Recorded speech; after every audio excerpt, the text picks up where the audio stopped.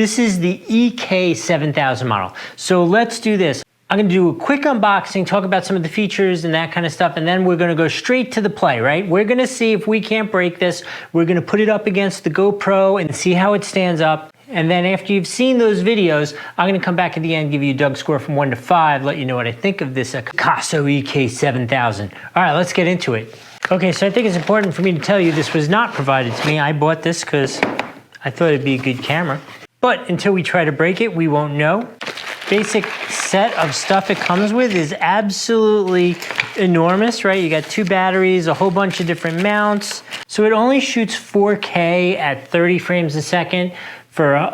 If you want to go to 60 frames a second so you get some decent slow motion as an option, you need to go down to 1080. It is super light. It is like one of those cameras where this is definitely feels like Amazon kind of quality stuff. But the last one exceeded those expectations of my initial experience with it. So I think there's only one thing left to do. We need to charge up some batteries, mount this up on some things, see if we can break it, and I'll give you some comparisons between this and the GoPro. And let's go do that, and then I'll come back, I'll give you that Doug score from 1 to 5.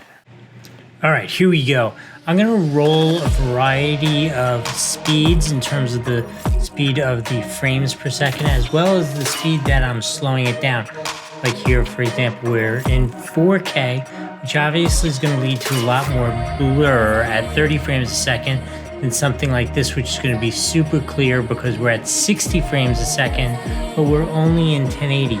So I'm gonna try to stay out of the way most of it and not give you too much of my personal opinion so you can look at this, make your own decisions. But when I look at this and think about it right here, you can really see the difference in the blur on the AKASO compared to the GoPro.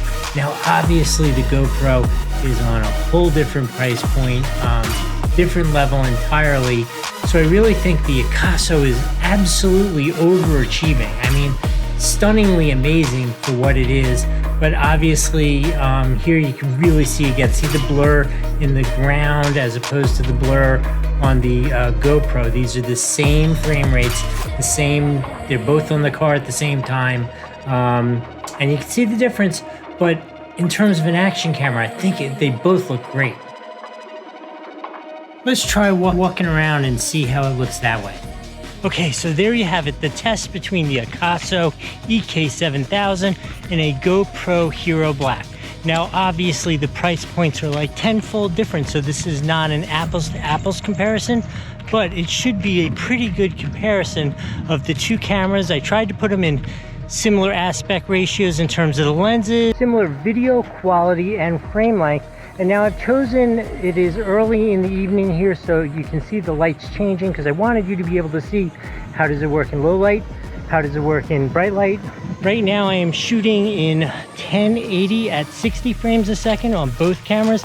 I also, on the cars, put it into 4K at 30 frames a second, which, as you know, isn't the best for action image, but I wanted you to see the 4K comparison so you could tell the difference. Actually, why don't I put this video in 4K so you could see?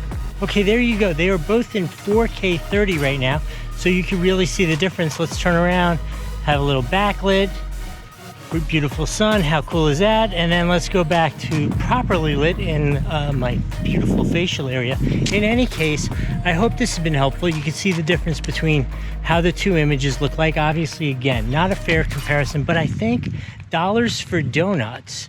I think this AKASO really offers a lot of bang for the buck, right? And I also really appreciate how light it is, because especially you see I'm test driving it on my RC car, and it actually makes a big difference how light the AKASO is. If I did it solo without doing the side-by-side comparison, I don't think the car would even notice it was there. But this GoPro, which obviously is amazing for what it is, weighs about 5 tons and really throws off the center of gravity. Overall, I have to give this AKASO a full 5 out of 5 on the Doug score for an awesome action camera at its price point. I think it's ridiculously cool. I hope this was helpful. We'll see you next time.